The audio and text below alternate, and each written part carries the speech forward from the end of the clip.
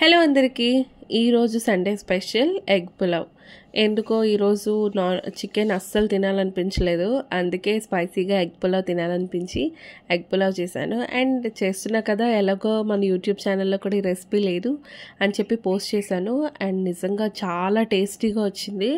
Maybe ఛానల్లో post చేస్తే అనడం వల్లేమో ఎప్పుడు చేసేదానికంటే ఈసారి ఇంకా టేస్టీగా వచ్చింది. సో ప్రొసీజర్ చెప్పేస్తాను, మీరు కూడా చూసేయండి. ఫస్ట్ 4 ఎగ్స్ని బాయిల్ చేసుకోండి అండ్ మిగతా ఇంకో 4 ఎగ్స్ని స్క్రాంబుల్ చేసి పక్కన పెట్టుకోండి. నేను ఇప్పుడు చేస్తున్న ప్రాసెస్ కంప్లీట్లీ ఇద్దరికి, ఫుల్గా తినే వాళ్ళకి ఇద్దరికి సరిపోతుంది. మీడియంగా కొంచెం తినే వాళ్ళకైతే 3 to 4 పీపుల్కి ఈజీగా సరిపోవచ్చు. అండ్ స్క్రాంబుల్ చేసుకున్న ఎగ్స్ని కూడా పక్కన పెట్టేశాక బాస్మతి రైస్ని వాటర్లో వేసి సోక్ చేయనివ్వండి. ఏంటి బాస్మతి రైస్ అంత చిన్నగా ఉంది అనుకుంటున్నారా? అంటే మిడిల్ క్లాస్ వాళ్ళం కదా, సో బడ్జెట్లో కొంచెం ఎక్కువ కొనుక్కుంటే అలానే ఉంటాయి. బట్ వన్స్ కుక్ అయ్యాక అవి బాగా వస్తాయి, మీరు వీడియోలో కూడా చూస్తారులేండి.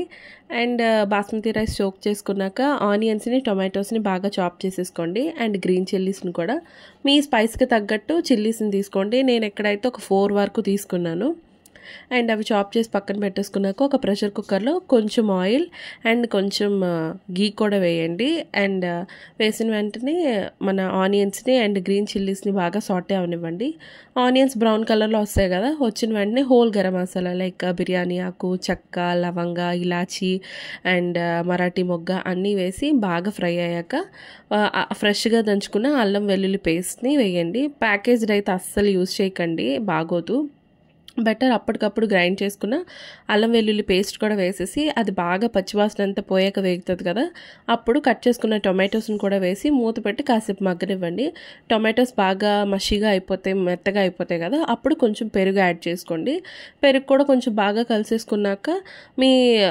కలుసుకున్నాక దానికి తగ్గట్టు మనం ఆల్రెడీ ఇవి చేసుకున్నాం కదా స్క్రాంబుల్డ్ ఎగ్, ఆ ఎగ్స్ కూడా స్క్రాంబుల్డ్ ఎగ్ కూడా వేసేయండి. స్క్రాంబుల్డ్ ఎగ్ ఇప్పుడే ఎందుకు వేస్తున్నామంటే ఆల్రెడీ దీంట్లో ఇప్పుడు మనం స్పైసెస్ వేస్తాం కదా, అవన్నీ బాగా పడతాయి. సో వేసిన వెంటనే బిర్యానీ పౌడర్ అండ్ కొంచెం చిల్లీ పౌడర్, సాల్ట్ అండ్ కొంచెం పసుపు వేసేసి బాగా కలిపేసుకున్నాక అవి బాగా కలిసిపోయిన తర్వాత కొంచెం మీకు క్వాంటిటీకి తగ్గట్టు వాటర్ వేసుకోండి. అంటే బాస్మతి రైస్కి ఎలా వేసుకోవాలో మీకు తెలుసు కదా, ఒక గ్లాస్ ఆఫ్ బాస్మతి రైస్కి 1.5 గ్లాస్ వాటర్ వేసుకోవాలి. ఎందుకంటే ఆల్రెడీ మనం సోక్ చేస్తాం కాబట్టి. సోక్ చేయకపోయినా నాకు తెలిసి 1.5 వేసుకుంటే సరిపోతుంది, ఎందుకంటే నేను ఎప్పుడూ అలానే వేస్తాను. సో నేను ఇక్కడ 3 గ్లాసెస్ ఆఫ్ వాటర్ వేసుకున్నాను. సో వాటర్ అంతా కొంచెం బాయిలింగ్ అయ్యాక సాల్ట్ ఇంకా కారం సరిపోయిందో లేదో చూసుకొని అడ్జస్ట్ చేసేసి బాస్మతి రైస్ కూడా వేసేసాను. అప్పుడు బాయిల్డ్ ఎగ్స్ కూడా అప్పుడు వేసేసి కొంచెం కలిపేసి ప్రెషర్ కుక్కర్ పెట్టేసి ఒకటే విజిల్ రానివ్వాలి, ఎక్కువ రానివ్వకండి, బాగా మెత్తగా అయిపోద్ది.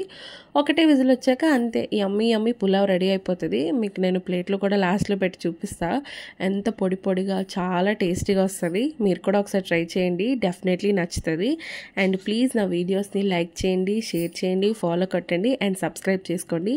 ఇంకేమైనా రెసిపీస్ కావాలంటే కామెంట్ చేయండి.